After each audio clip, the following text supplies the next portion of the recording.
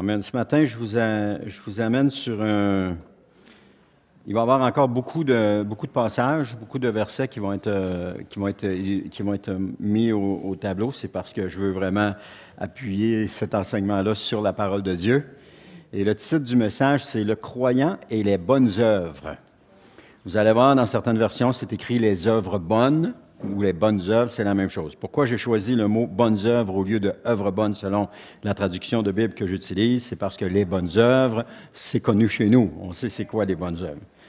Alors, je vais juste commencer avec Éphésiens 2:10 et ensuite de ça, je vais passer, on va faire un mot de prière. Éphésiens 2:10, dans Louis II, nous dit « Car nous sommes son ouvrage, ayant été créés en Jésus-Christ pour de bonnes œuvres, que Dieu a préparées d'avance afin que nous les pratiquions. » Seigneur éternel, je te remercie pour cet enseignement ce matin. Je te prie, Seigneur, que tu puisses nous parler à notre cœur, Seigneur, nous montrer ce que tu veux nous montrer, nous dire ce que tu veux nous dire, Seigneur. Seigneur, je te prie que ce ne soit pas mes paroles qui touchent les cœurs, mais que ce soit ton Saint-Esprit qui touche le cœur avec ta parole. Seigneur, je ne suis que le messager devant toi, et je te prie, Seigneur, que tu puisses m'utiliser comme tu veux, et quand tu veux, puis où tu veux, Seigneur. Alors, Seigneur, je t'offre ce message de ce matin, et je te prie que tu interviennes et que tu agisses au milieu de nous. Père, c'est dans le nom de Jésus. Amen. Alors, selon Éphésiens 2:10, qu'est-ce que nous sommes? Nous sommes son ouvrage, sa création. Déjà là, on a une partie de ce que nous sommes. Quand vous vous dites, « je suis qui, moi? » C'est l'ouvrage de Dieu, sa création. En qui avons-nous été créés? En Jésus-Christ. Nous sommes son ouvrage, sa création, créée en Jésus-Christ. Pourquoi avons-nous été créés en Jésus-Christ? Pour de bonnes œuvres. Nous avons été créés en Jésus-Christ pour de bonnes œuvres. Quelle sorte de bonnes œuvres? Des œuvres que Dieu a préparées d'avance. Et dans quel but il les a créées? Pour que nous les pratiquions. Amen. Ce matin, ça va shaker. Comme la semaine passée, ça brassait, ça va shaker ce matin. Parce que ça entre directement dans le cœur de ce que Dieu désire pour chacun de nous, pour son assemblée, pour son Église. Ce que Dieu désire. Amen. Alors, je vous pose 3 questions ce matin que nous allons tenter de répondre. Les bonnes œuvres assurent-elles le salut? On va voir. Hein? Devrions-nous faire des bonnes œuvres? Puis avec quelle disposition de cœur ou attitude devrions-nous faire les bonnes œuvres? Alors, vous allez voir, il y a différentes versions de Bible que parfois j'utilise, là. Puis comme je vous ai dit, des fois c'est œuvres bonnes, des fois c'est bonnes œuvres. Mais en fin de compte, je vais toujours dire de ma bouche, bonnes œuvres. Alors, on a été depuis notre jeunesse enseigné sur ce que nous devrions pratiquer des bonnes œuvres. Hein? L'ancienne religion dans laquelle nous étions nous mentionnait que nous devions pratiquer des bonnes œuvres. Mais le problème qu'il y avait avec ça, c'est qu'on devait pratiquer des bonnes œuvres pour notre salut. Mais nous savons, selon la Bible, on va le voir quand même tantôt, mais à mesure qu'on va avancer, mais nous savons, pour plusieurs, selon la Bible, qu'on ne doit pas faire de bonnes œuvres pour notre salut. Parce que notre salut nous est acquis gratuitement. On n'a pas besoin de rien faire pour notre salut. Jésus a payé le prix. On le voit dans Hébreux, une fois pour toutes. On l'a vu la semaine passée. Une fois pour toutes. C'est payé. On n'a pas besoin de le repayer encore une fois. C'est comme frapper 2 fois le rocher. Frapper 2 fois le rocher, qu'est-ce que ça fait? Moïse n'a pas pu rentrer en terre promise. Alors, ceux qui font des bonnes œuvres pour leur salut, c'est comme frapper le rocher 2 fois. Ils n'entreront pas au ciel. L'étymologie du mot œuvre, c'est ergon en grec, et ça signifie travailler. Ça signifie travailler. Ergon signifie travailler. Louis II nous dit, le traduit 177 fois ce mot, il apparaît 177 fois, il le traduit par œuvre, action, tâche, faire, acte, ouvrage, travail. Alors, des bonnes œuvres, c'est du travail. OK? Alors, la première question, devrions-nous faire des bonnes œuvres? Voici ce que la Bible dit à propos des bonnes œuvres. Les bonnes œuvres, le premier point, c'est que les bonnes œuvres glorifient Dieu. Dans Matthieu 5,16, dans Louis II, ça dit que votre lumière luise ainsi devant les hommes afin qu'ils voient vos bonnes œuvres et qu'ils glorifient votre Père qui est dans les cieux. Maintenant, le mot bonnes œuvres, ici, on a tous une conception dans notre tête qui parfois peut être différente de c'est quoi des bonnes œuvres à cause de la façon dont nous avons été enseignés, de notre expérience, de notre background chrétien. On a tous une chose. On va essayer de clarifier ça tranquillement. Qu'est-ce que c'est que des bonnes œuvres, puis où est-ce que ça s'applique des bonnes œuvres? Donc, on est encouragé à faire des bonnes œuvres parce que celles-ci démontrent notre témoignage chrétien. Dans Colossiens 1,10, ça dit « Ainsi, vous pourrez avoir une conduite digne du Seigneur qui lui plaise à tous égards, car vous porterez comme fruit toutes sortes d'œuvres bonnes et vous ferez des progrès dans la connaissance de Dieu. C'est ainsi que vous pourrez avoir une conduite digne du Seigneur qui lui plaise à tous égards. » Faire des bonnes œuvres, c'est une conduite digne du Seigneur, et c'est une conduite qui lui plaît à tous égards. Plus que de dire, attention, ça va faire mal, Seigneur, je veux te plaire, je vais jeûner une semaine. Plus que ça. C'est pas ça qui plaît à Dieu. D'ailleurs, on le voit dans Isaïe 58, qu'est-ce qui plaît à Dieu. Mais c'est pas ça qui plaît à Dieu. Ça, c'est un moment de contrition, c'est un moment de renoncement de soi, c'est un moment de briser la chair, c'est un moment d'abnégation de soi. C'est correct, tout ça. Mais ce n'est pas ça qui plaît le plus à Dieu. Parce que Dieu ne désire pas nous voir souffrir.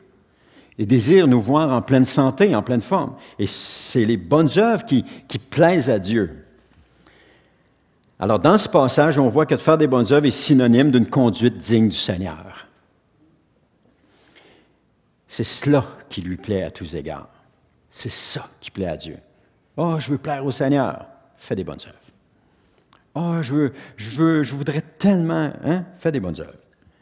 Parce que les bonnes œuvres nous permettent de faire des progrès dans la connaissance de Dieu. C'est ce qu'il dit ici, car vous porterez comme fruit toutes sortes d'œuvres bonnes et vous ferez des progrès dans la connaissance de Dieu. Alors, faire des bonnes œuvres nous fait porter des bons fruits, des fruits, toutes sortes d'œuvres bonnes, puis ça nous fait faire des progrès dans la connaissance de Dieu. Les bonnes œuvres sont un réel avantage pour le croyant. Et entre vous et moi, le croyant ne devrait pas se passer de faire de bonnes œuvres. Il ne devrait pas se priver de faire de bonnes œuvres. Un autre point, les bonnes œuvres enrichissent la vie. On voit ça dans 1 Timothée 6,8. C'est Paul qui parle à Timothée, il dit « Recommande-leur de faire le bien, d'être riche en bonnes œuvres, d'être généreux et de partager avec les autres. » C'est Paul qui dit à Timothée « Recommande-leur. » À qui? À l'Église. Recommande-leur de faire des bonnes œuvres, d'être riche en bonté, en œuvres bonnes, puis d'être généreux, puis de partager avec les autres. Les œuvres bonnes sont donc quelque chose de vital pour le croyant. Donc, si Paul recommande, c'est parce que c'est bon. Parce que si ce n'était pas bon, il n'aurait pas recommandé ça à Timothée de le faire ou de le dire. On ne recommande jamais quelque chose de mauvais à une personne. « Ah, tu devrais faire ça, ça serait bon pour toi. » Si tu sais qu'il va se faire mal, puis qu'il va peut-être y laisser sa peau, tu ne fais pas ça. Donc, tu recommandes quelque chose à quelqu'un parce que tu crois que ça va être bon pour lui. Alors, c'est ce que Paul fait. Un autre point, celui qui fait des bonnes œuvres est un exemple à suivre. On voit ça dans Tite 2,7. « Sois toi-même en tout un modèle d'œuvre bonne, que ton enseignement soit fidèle et qu'il inspire le respect. » Soit un modèle d'œuvre bonne. Alors, Paul encourageait Tite à être un modèle. Et quand on regarde ce passage-là, on s'aperçoit que le spot n'est pas seulement sur les chrétiens, mais il est placé au-dessus, puis il éclaire tout le monde. Il est aussi sur le leadership de l'Église. Il est sur tout le monde. Quand Dieu parle de bonnes œuvres, ça ne s'adresse pas juste à un groupe de personnes, ou à un petit groupe, ou à une personne, ou à quelques-uns. Ça s'adresse à toute l'Église entière. Le spot est sur tout le monde. Le projecteur est focusé sur tout le monde ce matin. Tite 2,14, c'est « Il, en parlant de Jésus, s'est livré lui-même en rançon pour nous, afin de nous délivrer de l'injustice sous toutes ses formes et de faire de nous, en nous purifiant, ainsi un peuple qui lui appartienne et qui mette toute son ardeur à accomplir de bonnes œuvres. » Qui mette toute son ardeur. Je ne sais pas si ça vous parle ce matin, mais moi, ça me parle. C'est plus, je viens à l'église le dimanche, je m'assois, je reçois un message, je repars chez nous, puis ça me donne le boost qu'il faut pour passer la semaine. C'est plus ça. C'est qu'est-ce que je peux faire? Qu'est-ce que je peux faire? Y a-t-il une œuvre bonne? Y a-t-il quelque chose que je peux faire? Parce que pour moi, les œuvres qui sont faites dans l'Église, elles sont tous bonnes. Parce que c'est une œuvre qui est faite pour son frère et sa sœur. Donc, elles sont tous bonnes. Mais qu'est-ce que je peux faire? Parce que c'est ça qui plaît à Dieu. Amen. J'espère que je ne mets pas trop d'intensité.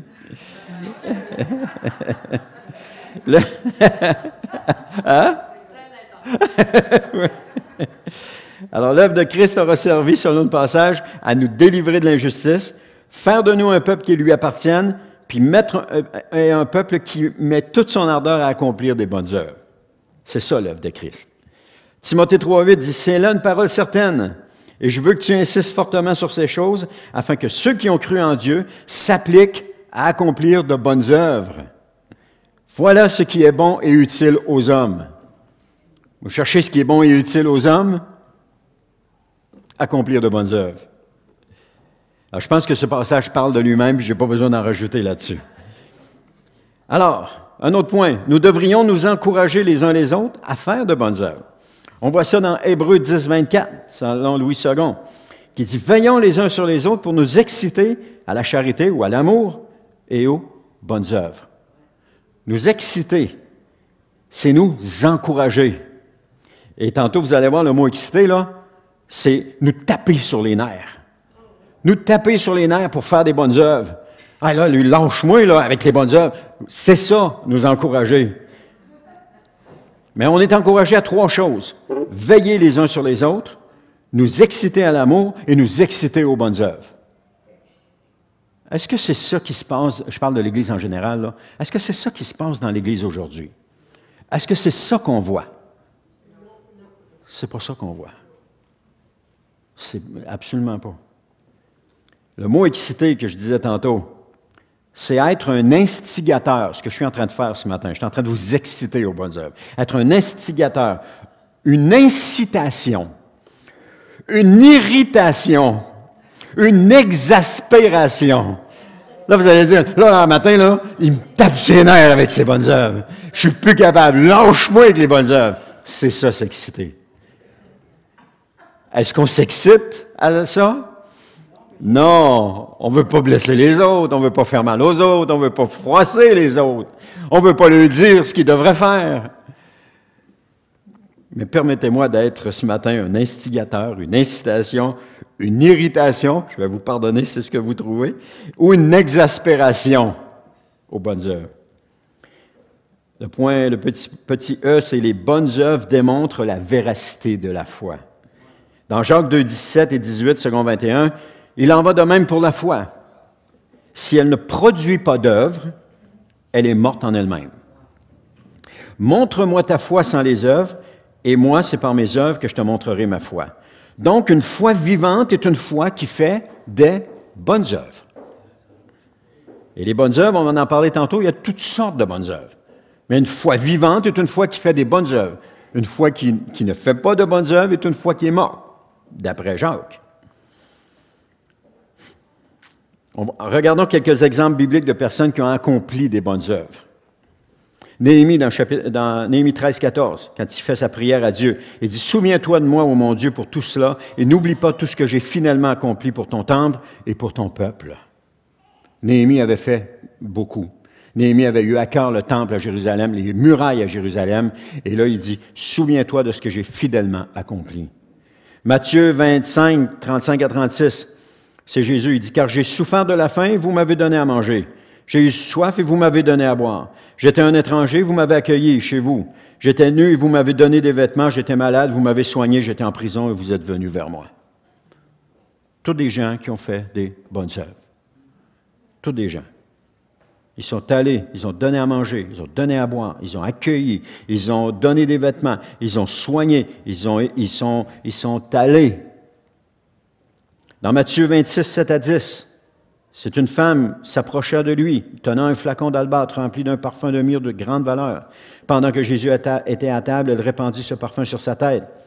En voyant cela, les disciples manifestèrent leur indignation en disant « Pourquoi un tel gaspillage? On aurait pu le vendre, ce parfum, pour un bon prix et donner de l'argent aux pauvres. » Mais se rendant compte de cela, Jésus leur dit « Pourquoi faites-vous de la peine à cette femme? Ce qu'elle vient d'accomplir pour moi est vraiment une belle action. » C'était une bonne œuvre.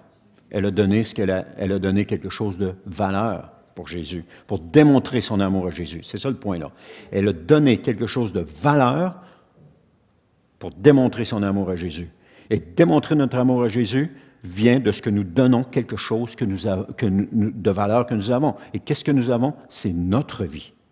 Et c'est comme ça qu'on démontre notre amour à Jésus. Je dirais à Jésus, Jésus, je t'aime, et ne rien faire, ça ne démontre pas notre amour à Jésus. Acte 9, 36. À Jaffa vivait une femme, disciple du Seigneur, nommée Tabitha, ou en grec Dorcas. Elle faisait beaucoup de bien autour d'elle et venait en être aux pauvres. Une femme qui faisait des bonnes œuvres. 1 Thessaloniciens 1, chapitre 1, versets 2 à 3. C'est Paul qui parle et dit « Nous exprimons constamment notre reconnaissance à Dieu au sujet de vous tous, lorsque dans nos prières nous faisons mention de vous. Nous nous rappelons sans cesse devant Dieu notre Père votre foi agissante, votre amour actif et votre ferme espérance en notre Seigneur Jésus-Christ. » Votre foi agissante. Qu'est-ce qu'il faisait? Il faisait des bonnes œuvres. Apocalypse 2.2, « Je connais tes œuvres, ton travail et ta persévérance. » Le Seigneur est en train de parler. Alors, je pense ici que la question pour chaque croyant, la question « devrions-nous faire des bonnes œuvres » est un peu plus claire. Et je pense que la réponse est oui. Parce que tout croyant devrait être convaincu de ce que la parole de Dieu est en train de dire. Que nous devons faire des bonnes œuvres. Que ça fait partie de la vie du croyant. Que ça fait partie de la fibre du croyant de faire des bonnes œuvres. Le croyant qui reçoit et ne donne rien, ne grandit pas. Alors que tout croyant qui entend ce message devrait chercher des choses à faire immédiatement. Il va se lever et dire, oui, qu'est-ce que je peux faire? Qu'est-ce que je peux faire? Seigneur, je veux te plaire. Qu'est-ce que je peux faire? Jacques 1,25 dit, « Voici au contraire un homme qui scrute la loi parfaite qui donne la liberté. Il demeure fidèlement attaché au lieu de l'oublier après l'avoir entendu. Il conforme ses actes. Cet homme sera heureux dans tout ce qu'il fait. » Les bonnes œuvres assurent-elles le salut? On a la réponse ici, dans Matthieu 7, 22 à 23. « Si au jour du jugement, nombreux sont ceux qui me diront, Seigneur, Seigneur, nous avons prophétisé en ton nom, nous avons chassé des démons en ton nom, on a fait beaucoup de miracles en ton nom, et je leur déclarerai, je ne vous ai jamais connu, allez-vous-en, vous qui pratiquez le mal. » Donc, tout ce qu'ils ont fait, c'est pas ça qui les sauvait. Romains 11, 6. « Or, puisque c'est par la grâce, cela ne peut pas venir des œuvres, ou alors la grâce n'est plus la grâce. » Donc, la Bible est claire sur ce sujet. Nous ne faisons pas des bonnes œuvres pour être sauvés, mais nous faisons des bonnes œuvres parce que nous sommes sauvés. Je le répète, nous ne faisons pas des bonnes œuvres pour être sauvés, mais nous faisons des bonnes œuvres parce que nous sommes sauvés. Alors, comme nous l'avons vu, les bonnes œuvres sont le résultat d'une foi vivante. Amen? Vous allez vous souvenir de ça demain matin?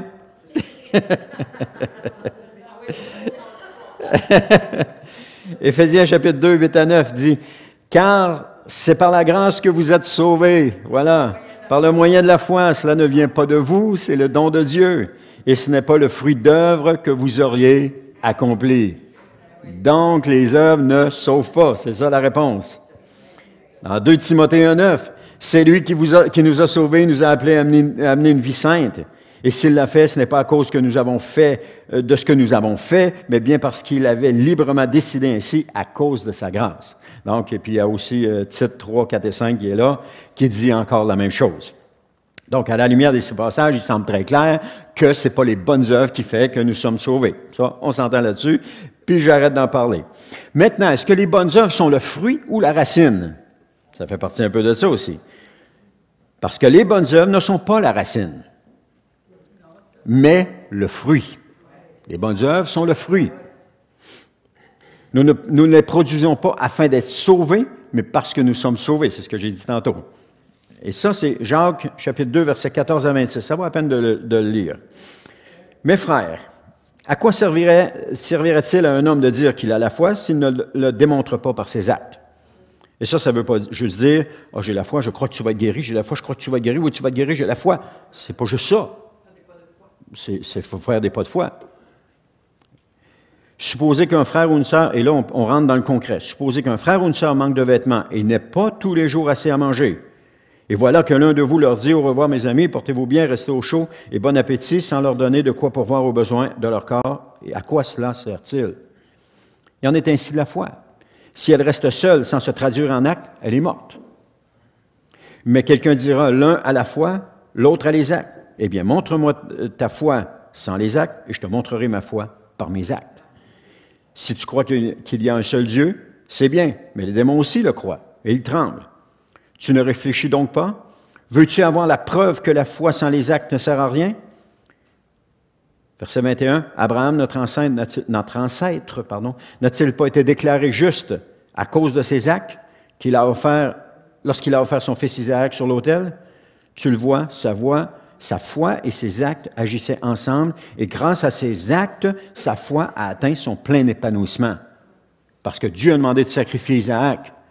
Et Abraham a pris Isaac, est parti avec, puis est allé pour l'offrir. Et au moment où il venait pour le sacrifier, Dieu l'a arrêté. Donc, sa foi était jumelée à ses actes. Et c'est ce qui fait qu'il a été déclaré juste et qu'il a été déclaré comme un homme de foi. Parce que ses actes et sa foi concordaient ensemble, marchaient ensemble. Rahab, la prostituée, une autre que ses actes et sa foi marchaient ensemble. N'a-t-elle pas aussi été déclarée juste par Dieu à cause de ses actes? Lorsqu'elle a donné asile aux envoyés israélites et les a aidés à s'échapper par un autre chemin?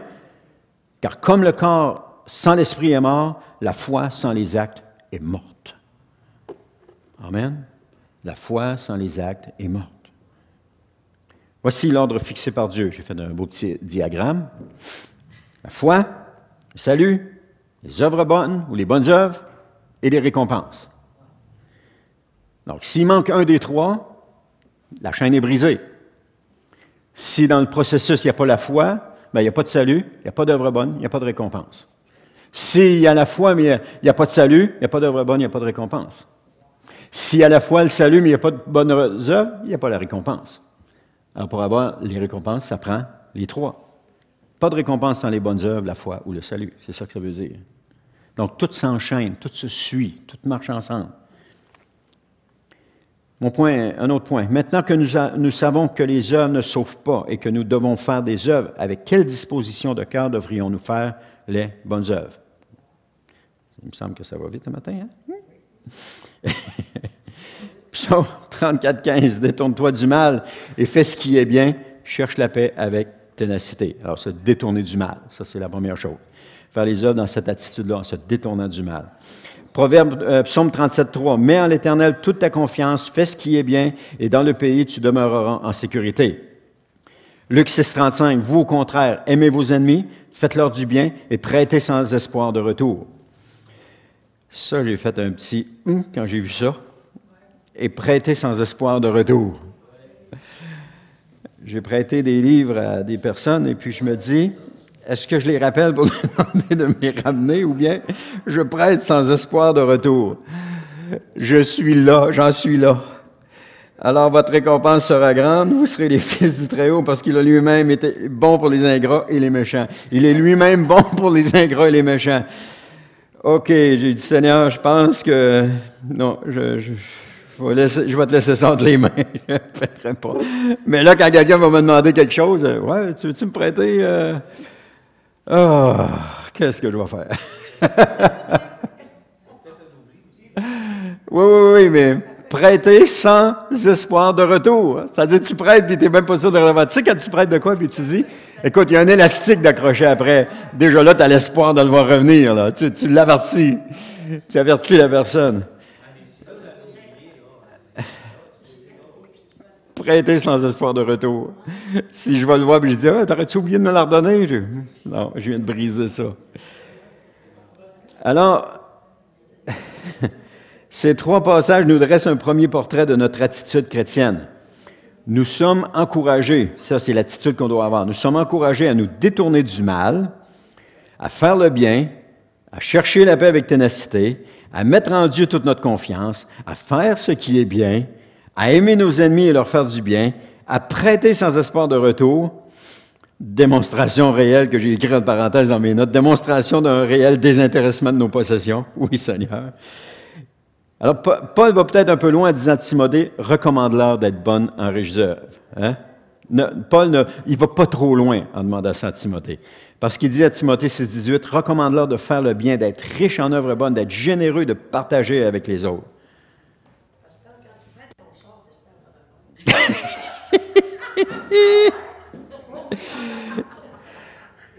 On est face à un dilemme, là. Un réel dilemme. Un réel.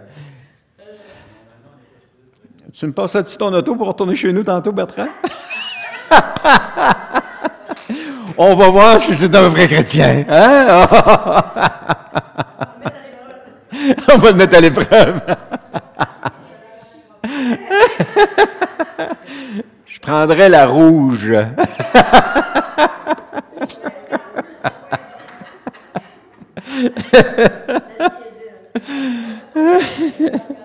Il n'est pas sûr, là. Oui, c'est ça.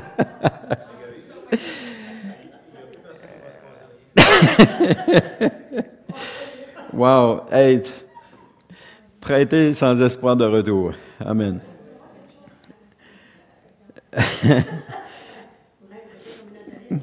Hein?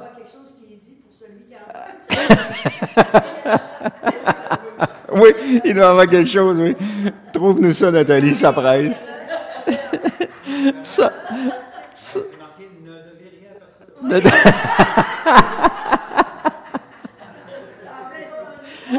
Amen.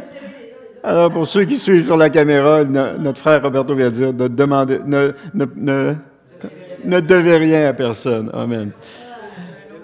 Ben, t'es correct, Bertrand. Tes frères et tes sœurs t'ont sauvé.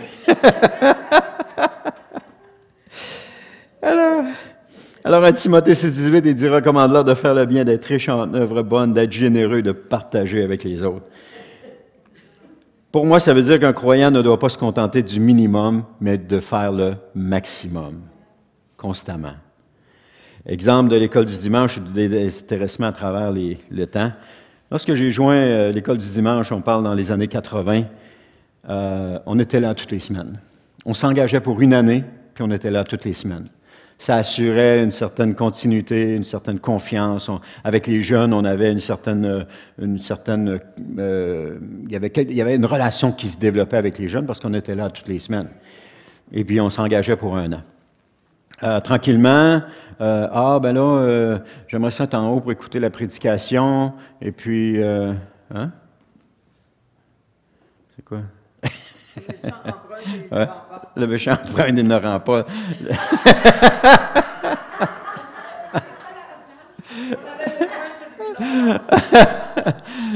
On peut voir la Bible d'un œil, puis fermer l'autre pour ne pas le voir. Hein? Amen. Alors, je reviens à l'école du dimanche. L'école du dimanche, c'était... il y avait ça. À un moment donné, c'était « j'aimerais ça être juste là une fois aux 15 jours. » Et là, tout à coup, ça a commencé. Là, j'étais encore surintendant à ce moment-là, ou responsable. Et puis, ça tombait une fois aux 15 jours. Et puis là, je veux pas manquer la prédication, blablabla. Tout à coup, la prédication devenait tellement importante, là.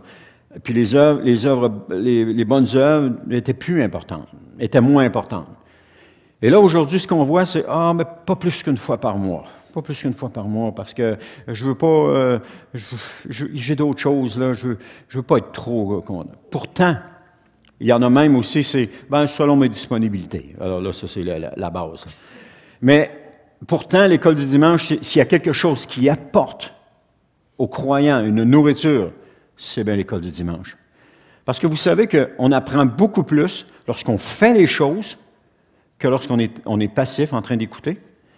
Vous allez retenir peut-être, dans la prochaine semaine, il va peut-être rester 5 % de ce que j'ai dit ce matin. Tandis que si vous aviez préparé le message, il en resterait beaucoup plus. C'est ça la différence.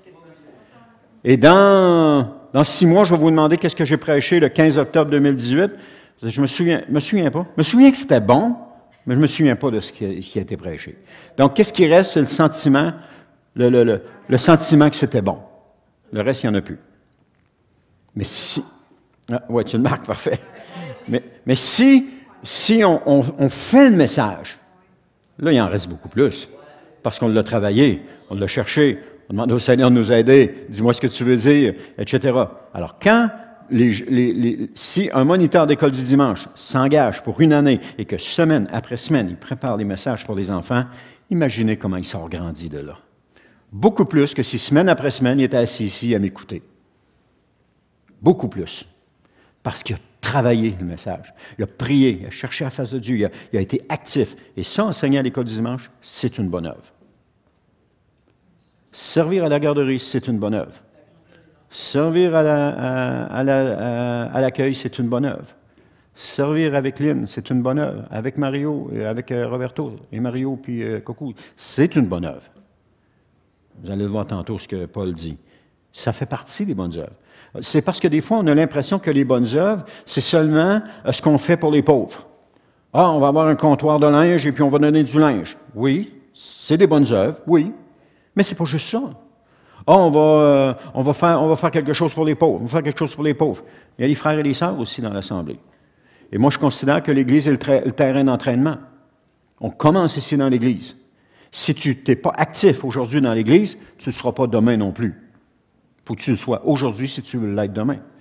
C'est qui? C'était un motivateur qui disait, « Vous êtes aujourd'hui ce que vous serez dans 5 ans. Vous faites aujourd'hui ce que vous serez dans 5 ans.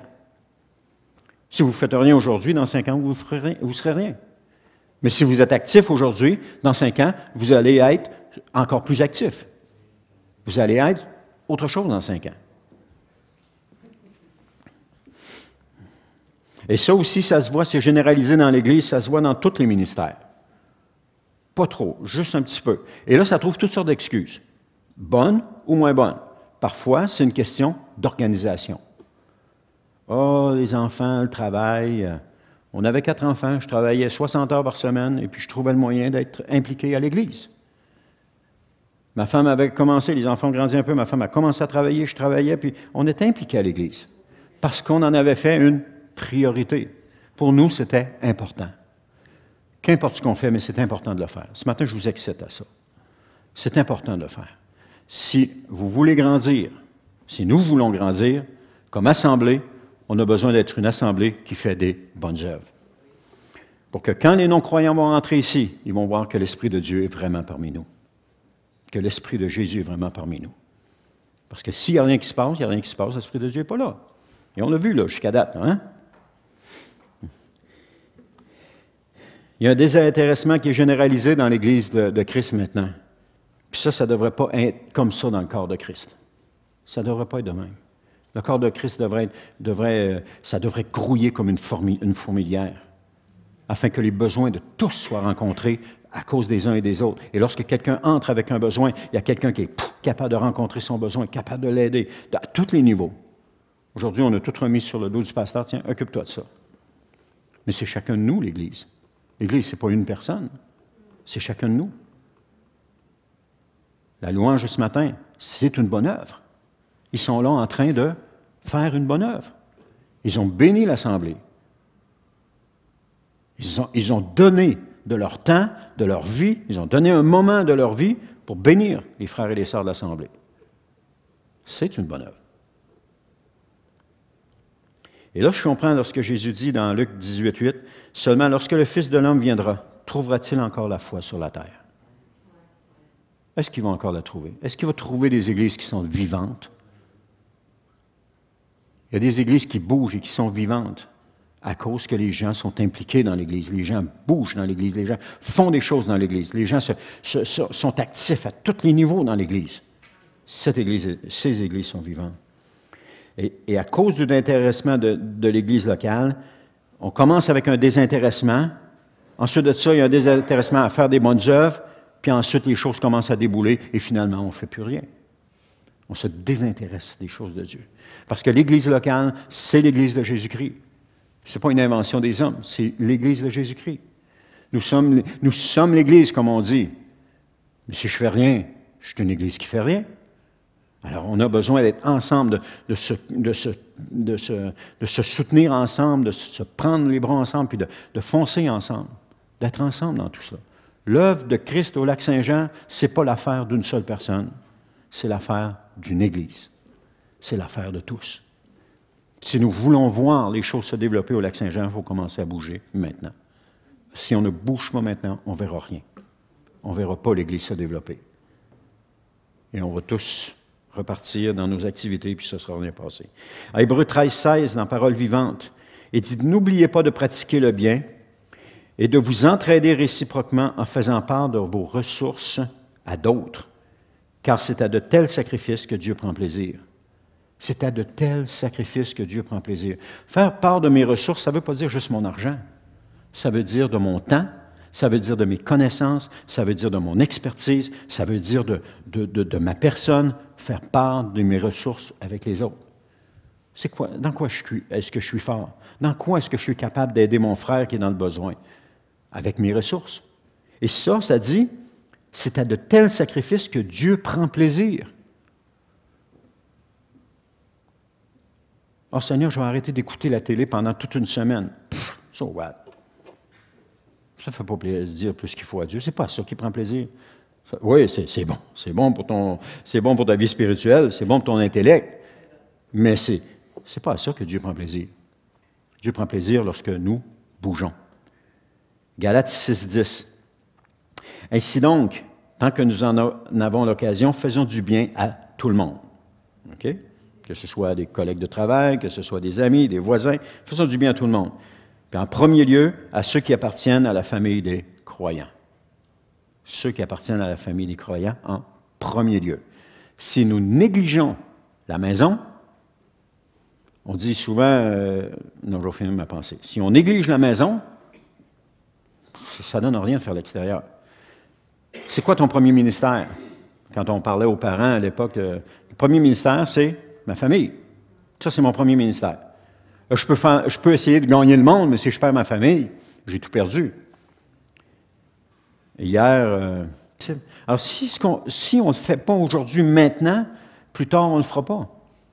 Si on n'entretient pas des relations avec nos enfants maintenant, plus tard, il n'y en aura pas de relation. Ah, je vais attendre qu'ils soient plus vieux, puis je vais faire une relation avec eux autres. Il n'y en aura pas. Parce que la relation se construit maintenant. Si je ne construis pas maintenant, plus tard, il n'y aura rien. Alors, c'est la même chose. Si on ne fait rien aujourd'hui, il ne se passera rien plus tard. Ce n'est pas plus compliqué que ça. Ainsi donc, tant que nous en avons l'occasion, faisons du bien à tout le monde et en premier lieu à ceux qui appartiennent à la famille des croyants. Avant toute chose, faire du bien à ceux qui appartiennent à la famille des croyants. C'est ici que ça doit commencer. Si on ne fait pas de bonnes œuvres dans l'Église locale, on n'en fera pas à l'extérieur. C'est certain.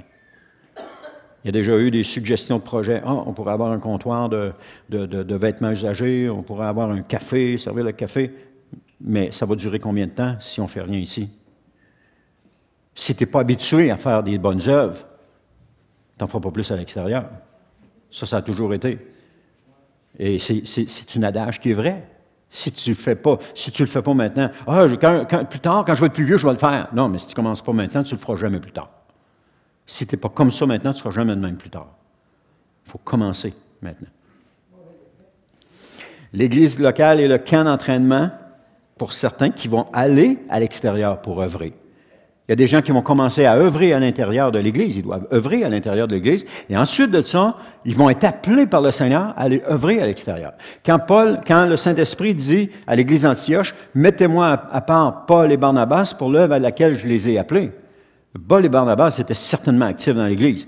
Ils ne se sont pas tournés et dit « Hein, eux autres? Ah ben? » Non, ils étaient actifs dans l'Église. Il dit, pendant qu'ils priaient et jeûnaient, le Seigneur dit, « Mettez-moi à part Paul et Barnabas. » Le Saint-Esprit dit. C'est parce que Paul et Barnabas étaient actifs. Ils enseignaient dans l'Église. Je ne sais pas ce qu'ils pouvaient faire, mais ils étaient actifs dans leur Église locale. Et Dieu les a appelés. Et si tu n'es pas actif dans ton Église locale, tu ne seras jamais appelé à l'extérieur. Jamais. D'ailleurs, il n'y a pas personne qui va vouloir que quelqu'un qui n'est pas actif dans son équipe. Si tu joues au hockey, il n'y a personne qui va te vouloir dans son équipe. Oui, mais dans quelque chose que tu es bonne, mais que tu ne joues pas. Ça, c'est pas moi qui le dis, c'est la parole de Dieu. Hein? Parce que Jacques 4,17 nous dit, « Celui qui sait faire le bien et ne le fait pas, attention, ça va faire mal, se rend coupable d'un péché. » Ouch! Oh Seigneur, ça va bien dans ma vie cette semaine? J'ai pas trop péché, hein? C'est bon. Il y en a tout le temps un qui nous pend au bout du nez, tout le temps un. J'ai pas trop péché, là. Ça fait prétentieux, on va dire. 1 Pierre 3, 17. Car il vaut mieux souffrir en faisant le bien si telle est la volonté de Dieu qu'en faisant le mal. Il vaut mieux souffrir en faisant le bien.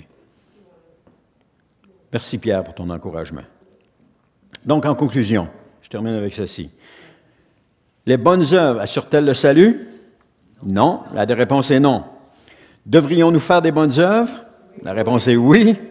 Et avec quelle disposition de cœur? Bien, avec un cœur généreux et sans partage envers Dieu et les membres du corps de Christ. Faire des bonnes œuvres avec un cœur généreux. Et cesser de trouver des excuses pour dire « Ah, ben là, non, je pense pas, je suis occupé ici, puis ça. » Mais le faire d'un cœur généreux. « Ah, je vais prier, le Seigneur va me le montrer. » On vient de prier bien longtemps, là. Il vient de te le montrer à matin, là. Tu n'as plus besoin de prier, je te l'ai montré à matin, là. Dieu vient de te parler ce matin. OK? C'est la parole de Dieu qui a parlé, c'est pas moi qui a parlé. Il vient de parler. Alors, mettons-nous à l'œuvre, frères et sœurs. Bougeons, commençons à bouger. Commençons à s'activer dans l'Église. Commençons à mettre en pratique les bonnes œuvres, à mettre en pratique la parole de Dieu. Amen. J'arrête de vous exciter avec ça, là. Hein? de vous agresser, bref. Amen. On va prier, on va terminer en prière. Amen. Merci Seigneur. Merci Seigneur pour ce temps avec toi ce matin. Merci. Est-ce quelqu'un qui peut venir au piano, Lucas? Amen, ça serait bon. OK, ben oui, pourquoi pas un dernier chant? Amen. Alors, on va terminer avec un dernier chant, puis, hein? S'il y en a qui veulent faire des bonnes œuvres sur le stage, c'est le temps, là. Hein? Amen. Merci Seigneur pour Merci Seigneur pour ton temps, pour ta parole ce matin, Seigneur. Merci que tu nous parles, Seigneur. Il y a un brin d'humour ce matin, mais Seigneur éternel, il y a aussi beaucoup de sérieux dans tout cela. Et je te prie vraiment, Seigneur, que tu puisses nous interpeller ce matin, Seigneur. Nous interpeller, nous démontrer qu'est-ce qu'il y en est. Seigneur, les bonnes œuvres sont qu'on peut faire, ce qu'on peut faire, là où on peut agir, là où est-ce qu'on peut être à l'œuvre. Il y a un dicton qui dit là où tu vois le besoin, c'est là qu'est ton appel. Alors, Seigneur éternel, qu'on puisse voir le besoin et se mettre à l'œuvre, Seigneur. Se mettre à l'œuvre dans ces appels-là. Père, je te le demande au nom de Jésus. Viens nous aider. Viens nous aider. Viens nous secourir. Viens nous parler. Parce que les œuvres bonnes, Seigneur, les bonnes œuvres, Seigneur, c'est ce que nous devons faire, c'est ce qui te plaît, Seigneur éternel. Alors, je te le demande au nom de Jésus, Père. Amen.